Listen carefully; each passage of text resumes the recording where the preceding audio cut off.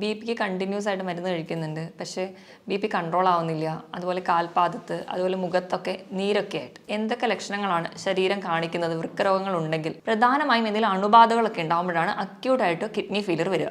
Mainly malaria അല്ലെങ്കിൽ എലിപ്പനി, ഡെങ്കിപ്പനി തുടങ്ങിയ അസുഖങ്ങൾക്ക് ശേഷം നമുക്ക് കിഡ്നി ഫെയിലിയറുകൾ വരാം. ഇനി നമുക്ക് രണ്ടാമതായി കാണുന്നതാണ് ക്രോണിക് റീനൽ ഫെയിലിയർ അല്ലെങ്കിൽ സ്ഥിരമായിട്ടുള്ള കിഡ്നി ഫെയിലിയറുകൾ.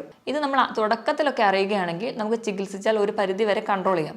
അല്ലെങ്കിൽ കുറച്ചുകൂടി ഡെവലപ്ഡ് ആയി പോവുകയാണെങ്കിൽ നമുക്ക് ഡയാലിസിസിലോടൊക്കെ പോവേണ്ടി വരുന്നുണ്ട്. ക്രിയാറ്റിൻ്റെ ലെവൽ 0.6 to 1.2 ആണ്. ഒരു 1.5 മുകളിലെത്തുമ്പോൾ തൊട്ടേ നമ്മൾ കുറച്ചുകൂടി ശ്രദ്ധിക്കേണ്ടിയിരിക്കുന്നു.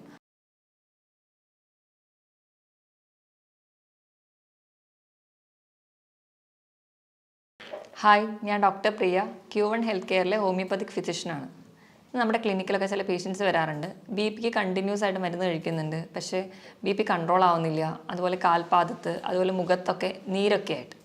ഇതൊക്കെ ഒരു പരിധി വരെ വൃക്കകൾക്കുള്ള രോഗങ്ങൾക്കുണ്ടാവാം. ഇന്ന് നമുക്ക് എന്തൊക്കെ ലക്ഷണങ്ങളാണ് ശരീരം കാണിക്കുന്നത് വൃക്കരോഗങ്ങൾ ഉണ്ടെങ്കിൽ എന്ന വിഷയത്തെക്കുറിച്ച് സംസാരിക്കാം. നമ്മുടെ ശരീരത്തിൽ ഒരു ജോഡി വൃക്കകളാണുള്ളത്. നമ്മുടെ നട്ടലിനെ 2 വശത്തായിട്ട് സ്ഥിതി ചെയ്യുന്നു. 150 ഗ്രാം ഭാരമാണ് ഇതിനുള്ളത്. നമ്മുടെ ശരീരത്തിലെ മാലിന്യങ്ങളെയൊക്കെ മൂത്രത്തിലൂടെ പുറന്തള്ളലാണ് പ്രധാന ഫംഗ്ഷൻ. ഇതിനായിട്ട് 1 മിനിറ്റിൽ ഏകദേശം 1.25 ലിറ്റർ രക്തം ശുദ്ധീകരിക്കപ്പെടുന്നു. അതായത് ഏകദേശം ഒരു 4 മിനിറ്റ് കൊണ്ട് നമ്മുടെ ശരീരത്തിലെ മൊത്തം രക്തത്തെ ഒരു തവണ ശുദ്ധീകരിക്കാനുള്ള കഴിവ് നമ്മുടെ വൃക്കകൾക്കുണ്ട്. ഈ മാലിന്യങ്ങളെ പുറന്തള്ളുന്നതിന് പുറമെ നമ്മുടെ ശരീരത്തിലെ ലവണങ്ങളെയും അല്ലെങ്കിൽ മറ്റ് ധാതുക്കളുടെ ലെവലൊക്കെ മെയിൻറ്റെയിൻ ചെയ്യാനും, അതുപോലെ നമ്മുടെ വൈറ്റമിൻ ഡി, നമ്മുടെ എല്ലുകൾക്കും പല്ലുകൾക്കൊക്കെ ബലം നൽകുന്ന വൈറ്റമിൻ ഡിയുടെ ആക്റ്റീവ് ഫോമിൽ എത്തിക്കാനും, അതുപോലെ തന്നെ നമ്മുടെ ചുവന്ന രക്താണുക്കളെ ഉൽപ്പാദിപ്പിക്കാൻ വേണ്ടിയിട്ടുള്ള എറിത്രോപോയിറ്റിൻ എന്ന് പറയുന്ന ഹോർമോൺ ഉൽപ്പാദിപ്പിക്കാനും ഒക്കെ നമുക്ക് വൃക്കകളുടെ സഹായം ആവശ്യമാണ്. ഇതോടൊപ്പം തന്നെ നമ്മുടെ ബിപി കൺട്രോൾ ചെയ്യുന്ന ഫംഗ്ഷനും വൃക്കകൾ ചെയ്യുന്നുണ്ട്. ഈ വൃക്കകളുടെ പൂർണ്ണമായ സ്തംഭനം നമ്മൾ പ്രധാനമായിട്ടും 2ആയിട്ട് തരംതിരിച്ചിട്ടുണ്ട്. അതിൽ ഫസ്റ്റ് വണ്ണാണ് അക്യൂട്ട് അല്ലെങ്കിൽ താൽക്കാലികമായിട്ടുള്ള സ്തംഭനം. ഇത് എന്തുകൊണ്ടൊക്കെ ഉണ്ടാവുമെന്ന് നോക്കാം. പ്രധാനമായും എന്തെങ്കിലും അണുബാധകളൊക്കെ ഉണ്ടാകുമ്പോഴാണ് അക്യൂട്ടായിട്ട് കിഡ്നി ഫെയിലിയർ വരിക. മെയിൻലി മലേറിയ അല്ലെങ്കിൽ എലിപ്പനി, ഡെങ്കിപ്പനി തുടങ്ങിയ അസുഖങ്ങൾക്ക് ശേഷം നമുക്ക് കിഡ്നി ഫെയിലിയറുകൾ വരാം. അത് ഒരു താൽക്കാലികമാണ്, പെട്ടെന്നുണ്ടാകുന്ന കുറച്ച് ദിവസങ്ങൾ കൊണ്ടുണ്ടാകുന്ന ഒരു കണ്ടീഷനാണ് അക്യൂട്ട് റീനൽ ഫെയിലിയർ. ഇത് നമുക്ക് പെട്ടെന്നുണ്ടാകുന്ന ചികിത്സകളിലൂടെയൊക്കെ നമുക്ക് കിഡ്നിയെ പഴയ ഫംഗ്ഷനിലോട്ട് തിരിച്ചെത്തിക്കാൻ പറ്റും. ഇനി നമുക്ക് രണ്ടാമതായി കാണുന്നതാണ് ക്രോണിക് റീനൽ ഫെയിലിയർ അല്ലെങ്കിൽ സ്ഥിരമായിട്ടുള്ള കിഡ്നി ഫെയിലിയറുകൾ. അതെന്തുകൊണ്ടൊക്കെ ഉണ്ടാകുന്നത് നോക്കാം. അണുബാധകൾ കൊണ്ടുവരാം, അല്ലെങ്കിൽ ജനിതകമായ മറ്റ് രോഗങ്ങൾ കൊണ്ടുവരാം, അല്ലെങ്കിൽ കണ്ടിന്യൂസ് ആയിട്ടുള്ള സ്റ്റോൺ കിഡ്നിയിൽ ഉണ്ടാകുന്നതുകൊണ്ട്, അതുപോലെ തന്നെ ബിപി, ഷുഗർ തുടങ്ങിയ രോഗങ്ങളുള്ളവർക്കും ക്രോണിക്കായിട്ട് നിന്ന് അത് കിഡ്നി ഫെയിലിയറിലോട്ട് പോകാം. ഇത് നമ്മൾ തുടക്കത്തിലൊക്കെ അറിയുകയാണെങ്കിൽ നമുക്ക് ചികിത്സിച്ചാൽ ഒരു പരിധി വരെ കൺട്രോൾ ചെയ്യാം. അല്ലെങ്കിൽ കുറച്ചുകൂടി ഡെവലപ്ഡ് ആയി പോവുകയാണെങ്കിൽ നമുക്ക് ഡയാലിസിസിലോടൊക്കെ പോവേണ്ടി വരുന്നുണ്ട്. ഇനി കിഡ്നിയുടെ രോഗങ്ങളൊക്കെ നമുക്ക് എങ്ങനെ തിരിച്ചറിയാമെന്ന് നോക്കാം.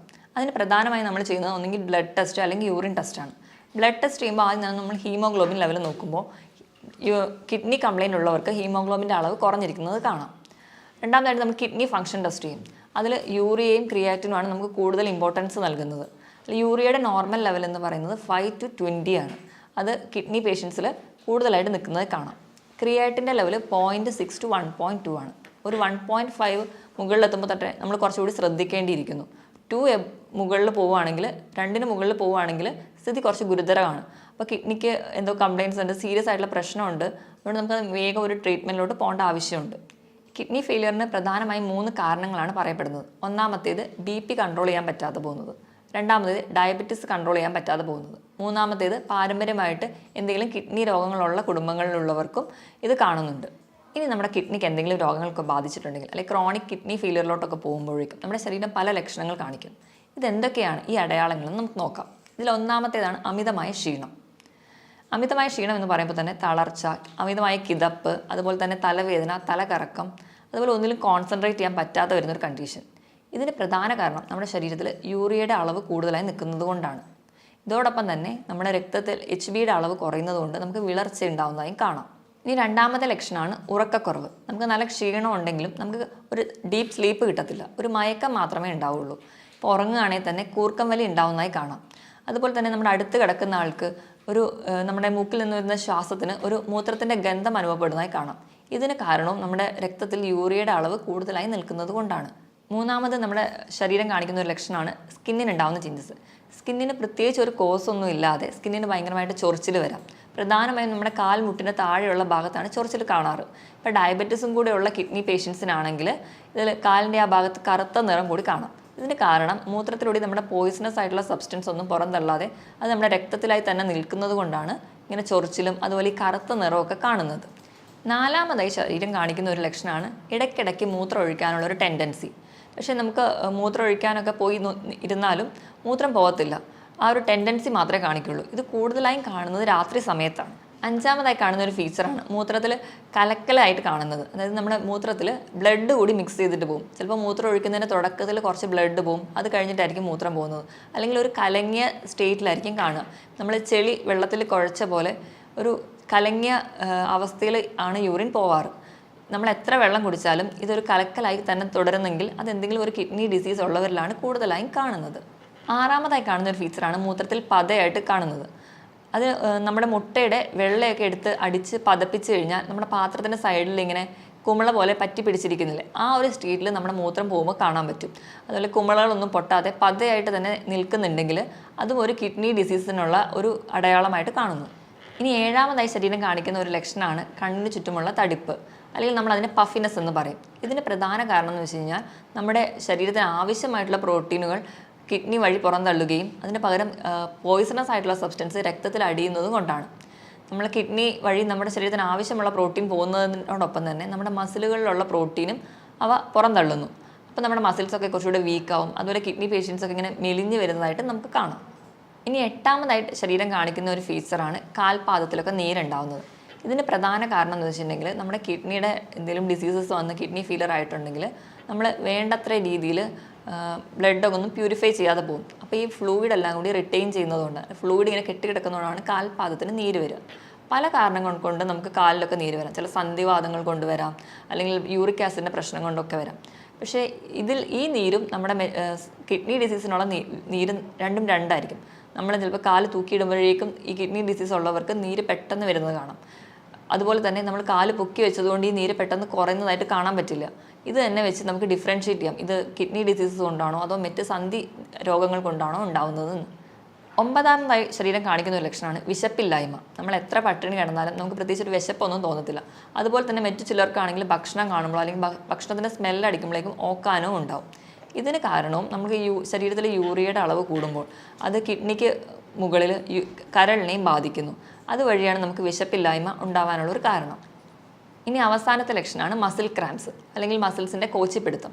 ഇതിന് കാരണം നമ്മുടെ കിഡ്നി വഴി കാൽസ്യത്തിൻ കൂടുതലായിട്ട് പുറന്തള്ളുകയും അതുപോലെ പൊട്ടാസ്യം രക്തത്തിൽ കൂടുന്നതും കൊണ്ടാണ് നമുക്ക് കോച്ചിപ്പിടുത്തമൊക്കെ ഉണ്ടാവുന്നത്. ഈ മുകളിൽ പറഞ്ഞ 10 ലക്ഷണങ്ങളിൽ 3 മുതൽ 4 ലക്ഷണങ്ങൾ തുടർച്ചയായിട്ട് ഒരു രോഗിയിൽ തന്നെ കാണുന്നുണ്ടെങ്കിൽ നമ്മളത് ശ്രദ്ധിക്കേണ്ടതാണ്.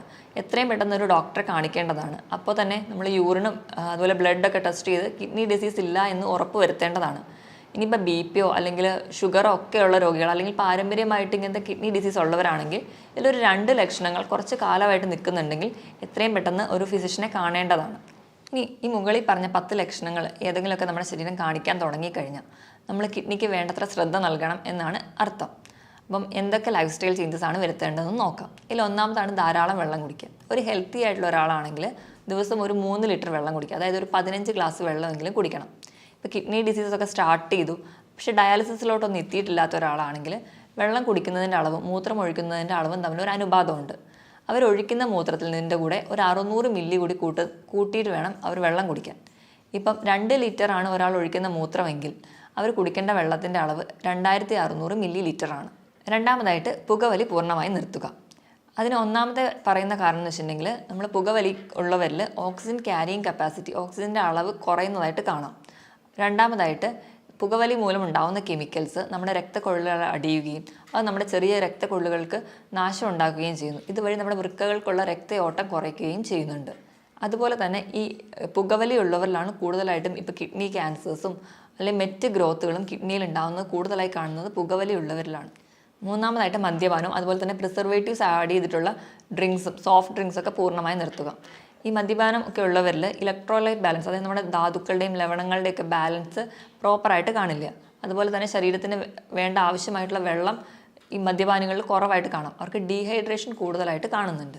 നാലാമതായിട്ട് അമിതവണ്ണം, ഓവർ വെയിറ്റ് ഒക്കെ ഉണ്ടെങ്കിൽ അത് മാക്സിമം കൺട്രോൾ ചെയ്യാൻ ശ്രദ്ധിക്കണം. അമിതവണ്ണമുള്ളവർക്കൊക്കെ വൃക്കയിലിൻ്റെ മുകളിൽ ഉണ്ടാകുന്ന ഓവർലോഡ് അല്ലെങ്കിൽ പ്രഷർ കൂടുതലാണ്. അത് നമ്മുടെ വൃക്കകൾക്ക് പെട്ടെന്ന് രോഗങ്ങൾ ഉണ്ടാവാനുള്ള കാരണമാകുന്നു. അതുകൊണ്ട് തന്നെ അമിതവണ്ണം ഉള്ളവരാണെങ്കിൽ അത് കൺട്രോൾ ചെയ്യാൻ ശ്രദ്ധിക്കുക. അതിനായിട്ട് കൃത്യമായിട്ട് വ്യായാമം ചെയ്യുക. ആഴ്ചയിൽ 5 ദിവസമെങ്കിലും കഴിയുന്നൊരു 45 മിനിറ്റ് മുതൽ 1 മണിക്കൂർ വരെ ചെറിയ തോതിലുള്ള വ്യായാമങ്ങൾ, രാവിലെ എണീറ്റ് നിരപ്പായ സ്ഥലത്തൂടെ നടക്കുക, അതായത് പറ്റുന്ന രീതിയിലുള്ള എക്സസൈസുകളൊക്കെ ചെയ്യുക. ഇത് നമ്മുടെ ശരീരം കുറച്ചുകൂടി ഹെൽത്തി ആയിട്ട് നിൽക്കും. അതുപോലെ തന്നെ വണ്ണം കുറയ്ക്കാം, ബിപിയും ഷുഗറും ഒക്കെ കൺട്രോൾ ചെയ്യാൻ പറ്റും. അതുപോലെ തന്നെ എല്ലാ ഭാഗത്തേക്കുള്ള ബ്ലഡ് സപ്ലൈ പ്രോപ്പറായിട്ട് നടത്താനും വ്യായാമത്തിന് സഹായിക്കും. ഇനി 6ാമതായിട്ട് നമുക്ക് ചെയ്യാൻ പറ്റുന്നൊരു കാര്യമാണ്, നമുക്ക് BP ഉണ്ടെങ്കിൽ, അത് രക്തസമ്മർദ്ദമോ അതുപോലെ ഷുഗറൊക്കെ ഉള്ളവരാണെങ്കിൽ അത് കൺട്രോൾ ചെയ്യാൻ ശ്രദ്ധിക്കുക. നമ്മുടെ ഭക്ഷണത്തിലൂടെ കൺട്രോൾ ചെയ്യുക. അപ്പോൾ എന്തെങ്കിലും മെഡിസിൻസ് ഒക്കെ എടുക്കുകയാണെങ്കിൽ കൃത്യസമയം തന്നെ മെഡിസിൻ കഴിക്കാൻ വേണ്ടി ശ്രദ്ധിക്കുക. അതുവഴി നമുക്കൊരു പരിധി വരെ കിഡ്നി ഡിസീസിലോടൊന്നും എത്താതെ നമ്മുടെ ശരീരത്തിനെ പ്രൊട്ടക്റ്റ് ചെയ്യാൻ പറ്റും. അടുത്തതായിട്ട് ചിലരൊക്കെ ആണെങ്കിൽ നമുക്ക് ചെറിയ വേദനകളോ ഒക്കെ വരുമ്പോൾ തന്നെ ഡോക്ടറൊന്നും കാണാതെ സ്വന്തമായിട്ട് മെഡിസിൻസ്, അതായത് പെയിൻ കില്ലേഴ്സൊക്കെ കഴിക്കുന്നവരിൽ കിഡ്നി ഡിസീസസ് കൂടുതലായി കാണുന്നുണ്ട്. അതുകൊണ്ട് തന്നെ നമ്മൾ മാക്സിമം സ്വന്തം ചികിത്സിക്കാതെ ഒരു ഡോക്ടറെ എപ്പോഴും കൺസൾട്ട് ചെയ്യാൻ ശ്രദ്ധിക്കുക. ഇനി ലാസ്റ്റായിട്ട് നമുക്ക് ഫുഡിൽ എന്തൊക്കെ ചേഞ്ചസ് വരുത്തണം നോക്കാം.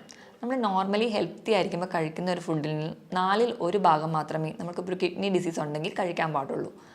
അതുപോലെ തന്നെ നമുക്ക് പ്രോട്ടീൻ, നോർമലി ഹെൽത്തി ആയിട്ടുള്ള ഒരാളാണെങ്കിൽ 1 കിലോ ആണ് നമ്മുടെ ബോഡി വെയിറ്റെങ്കിൽ അതിനനുസരിച്ച് 1 ഗ്രാം പ്രോട്ടീനാണ് കഴിക്കേണ്ടത്. അതായത് 80 കിലോ ഉള്ള ഒരാളാണെങ്കിൽ ഒരു ദിവസം 80 ഗ്രാം പ്രോട്ടീൻ കഴിക്കണമെന്നാണ് നോർമലി പറയാറ്. പക്ഷേ ഒരു കിഡ്നി പേഷ്യൻസ് ആണെങ്കിൽ 1 കിലോ ബോഡി വെയ്റ്റിന് 0.8 ഗ്രാം മാത്രമേ പ്രോട്ടീൻ കഴിക്കാവൂ. അതായത് ഒരു 70 കിലോ ഉള്ള ഒരാളാണെങ്കിൽ 40 ഗ്രാം പ്രോട്ടീൻ മാത്രമേ ഒരു ദിവസം കഴിക്കാൻ പാടുള്ളൂ. പ്രോട്ടീൻ കഴിക്കുമ്പോൾ തന്നെ നമ്മൾ റെഡ് മീറ്റ് പൂർണ്ണമായും ഒഴിവാക്കുക. റെഡ് മീറ്റ് എന്ന് പറയുമ്പോൾ പോത്തിറച്ചി, താറാവിറച്ചി ഇതൊക്കെ പൂർണ്ണമായും ഒഴിവാക്കുക. അതിന് പകരം വെജിറ്റബിൾ പ്രോട്ടീൻസ് കൂടുതലായി കഴിക്കുക. വെജിറ്റബിൾ പ്രോട്ടീൻസിൽ വരുന്നതാണ് പനീർ, കൂണ്, പയർ, കടല, പരിപ്പ് തുടങ്ങിയ ധാന്യങ്ങളും. രണ്ടാമതായിട്ട് നമ്മൾ കൊഴുപ്പ് കഴിക്കേണ്ട അളവാണെങ്കിൽ, കൊഴുപ്പെന്ന് പറയുമ്പോൾ നമ്മുടെ ഫാറ്റ്, അത് നമുക്ക് പല രീതിയിൽ കിട്ടും. നമുക്ക് മുട്ടയുടെ മഞ്ഞയിൽ നിന്ന് കിട്ടാം, മീൻ കഴിക്കുന്ന വഴി കിട്ടാം, നമ്മൾ ഉപയോഗിക്കുന്ന എണ്ണ, നെയ്യ് ഇതിൽ നിന്നൊക്കെ നമുക്ക് കൊഴുപ്പ് കിട്ടും. ഒരു ദിവസം ഒരു ഹെൽത്തി ആയിട്ടുള്ള ഒരാളാണെങ്കിൽ ഒരു 50 ഗ്രാം മാത്രമേ കൊഴുപ്പ് കഴിക്കാൻ പാടുള്ളൂ. പക്ഷേ ഒരു കിഡ്നി ഡിസീസ് ഉള്ള ഒരാളാണെങ്കിൽ അതിൻ്റെ പകുതി മാത്രമേ ഒരു ദിവസം കൺസീവ് ചെയ്യാൻ പാടുള്ളൂ. ഇനി ലാസ്റ്റായിട്ട് ലവണങ്ങൾ എന്ന് പറയുമ്പോൾ സോഡിയം ഉണ്ട്, പൊട്ടാസ്യം, കാൽസ്യം, ഫോസ്ഫറസ് ഒക്കെ ഉണ്ട്. ഇതിൻ്റെ ലെവൽ എങ്ങനെ മെയിൻറ്റെയിൻ ചെയ്യാം? കൂടുതലായിട്ടും ഈ ലവണങ്ങളൊക്കെ ഉള്ളത് നമ്മുടെ പച്ചക്കറികളിലാണ്. അപ്പോൾ നമ്മൾ പച്ചക്കറികളൊക്കെ കഴിക്കുമ്പോൾ അതാദ്യം വേവിച്ച് അതിൻ്റെ വെള്ളം ഊറ്റി കളഞ്ഞിട്ട് വേണം കഴിക്കാൻ. ഈ ഒരു പ്രോസസ്സിന് നമ്മൾ ലീച്ചിങ് എന്നാണ് പറയുക. ഇപ്പോൾ ഇലക്കറികളിലാണെങ്കിൽ കോളിഫ്ലവർ, ബ്രക്കോളി, ക്യാബേജ് ഇതൊക്കെ വൈറ്റമിൻ സി നിറഞ്ഞതുമാണ്. അതുപോലെ തന്നെ നമ്മുടെ കിഡ്നി ഡിസീസൊക്കെ പ്രിവെൻറ്റ് ചെയ്യാൻ വളരെ നല്ലതാണ്. പക്ഷേ ഇതൊക്കെ കഴിക്കുന്നതിനോടൊപ്പം തന്നെ ഇത് വേവിച്ച് ഇതിൻ്റെ വെള്ളം ഊറ്റി കളഞ്ഞിട്ട് വേണം കഴിക്കാനെന്ന് ശ്രദ്ധിക്കുക. പൊതുവെ എല്ലാ രോഗങ്ങൾക്കും നമ്മൾ ഫ്രൂട്ട്സും വെജിറ്റബിൾസുമാണ് കൂടുതലായിട്ട് കഴിക്കാൻ പറയുക. ഇപ്പം നമ്മൾ ഫ്രൂട്ട്സ് കഴിക്കുകയാണെങ്കിലും ഒരു പരിധിയിൽ കൂടുതൽ കഴിക്കരുത്. കാരണം ഫ്രൂട്ട്സിലൊക്കെ കൂടുതലും പൊട്ടാസ്യമാണ് അടങ്ങിയിരിക്കുന്നത്. അപ്പോൾ പൊട്ടാസ്യം കൂടുതൽ ചെന്നിട്ടുണ്ടെങ്കിൽ അത് കിഡ്നി ഡിസീസിന് കൂടുതൽ ബുദ്ധിമുട്ടുണ്ടാക്കുകയുള്ളൂ. അപ്പോൾ പൊട്ടാസ്യം കുറഞ്ഞുള്ള ഫ്രൂട്ട്സാണ് ആപ്പിൾ, പൈനാപ്പിൾ, അതുപോലെ തന്നെ ബെറി. ഇതിലൊക്കെ പൊട്ടാസ്യം വളരെ കുറവാണ്. ഇതൊക്കെ കൂടുതലായിട്ടും കഴിക്കാൻ വേണ്ടി ശ്രദ്ധിക്കുക. അതുപോലെ പേരയ്ക്ക പൊട്ടാസ്യം കുറഞ്ഞൊരു ഫ്രൂട്ടാണ്. ഇനി പൊട്ടാസ്യം കുറച്ച് കൂടുതലായിട്ട് നിൽക്കുന്ന ഫ്രൂട്ട്സുകളാണ് മാതളം, അതുപോലെ ഓറഞ്ച്, ഏത്തപ്പഴം, അതുപോലെ കരിക്കിലും പൊട്ടാസ്യം കൂടുതലായിട്ട് നിൽക്കുന്നുണ്ട്. കരിക്കൊക്കെ കിഡ്നി പേഷ്യൻസ് സ്ഥിരമായിട്ട് ഉപയോഗിക്കാതിരിക്കുന്നതാണ് നല്ലത്. ഇനിയിപ്പോൾ നമ്മൾ ഏത്തപ്പഴമൊക്കെ കഴിക്കുകയാണെങ്കിൽ അത് പുഴുങ്ങി കഴിക്കുമ്പോൾ പൊട്ടാസ്യം ഒരുപാട് വെള്ളത്തിലൂടെ നഷ്ടപ്പെടുന്നുണ്ട്. അപ്പോൾ കുറച്ചും കൂടി കിഡ്നി ഡിസീസ് ഉള്ളവർ ഏത്തപ്പഴമൊക്കെ പുഴുങ്ങി കഴിക്കുന്നതാണ് കുറച്ച് കൂടുതൽ ബെറ്റർ. ഇനി ഉപ്പിൻ്റെ അളവ് പറയുകയാണെങ്കിൽ കിഡ്നി പേഷ്യൻസ് ഒക്കെ ഉണ്ടെങ്കിൽ ഒരു 4 ഗ്രാമിൽ കുറവ് ഉപ്പ് മാത്രമേ ഒരു ദിവസം ഉപയോഗിക്കാൻ പാടുള്ളൂ. ഇപ്പം നമ്മുടെ വീട്ടിലൊക്കെ ആരെങ്കിലും കിഡ്നി പേഷ്യൻസ് ഒക്കെ ഉണ്ടെങ്കിൽ നമ്മൾ ഭക്ഷണം പാചകം ചെയ്യുമ്പോൾ എപ്പോഴും ഉപ്പിടാതെ പാചകം ചെയ്യുക. എന്നിട്ട് അവർക്ക് വേണ്ടിയിട്ടുള്ള ഒരു പോർഷൻ മാറ്റി വെച്ച് അതിൽ വളരെ കുറച്ച് ഉപ്പ് മാത്രം ചേർക്കുക. എങ്കിൽ മാത്രമേ നമുക്ക് ആ ഉപ്പിൻ്റെ ലെവൽ മെയിൻറ്റെയിൻ ചെയ്യാൻ പറ്റുള്ളൂ.